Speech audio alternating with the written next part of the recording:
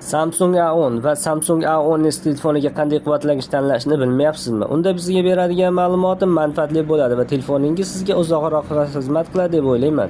Batareya sig'imi A10s A10 3400 mAh, A10s esa 4000 mAh. Litniy polimer batareyalar tizimi mavjud. 5 vatt quvvatlagich talab qiladi. Simsiz quvvatlash tizimi mavjud emas. Tezkor quvvatlash tizimi ham mavjud emas. Oddiy quvvatlash holatida 100% quvvat olishi uchun 2 soat 50 daqiqa kerak bo'ladi.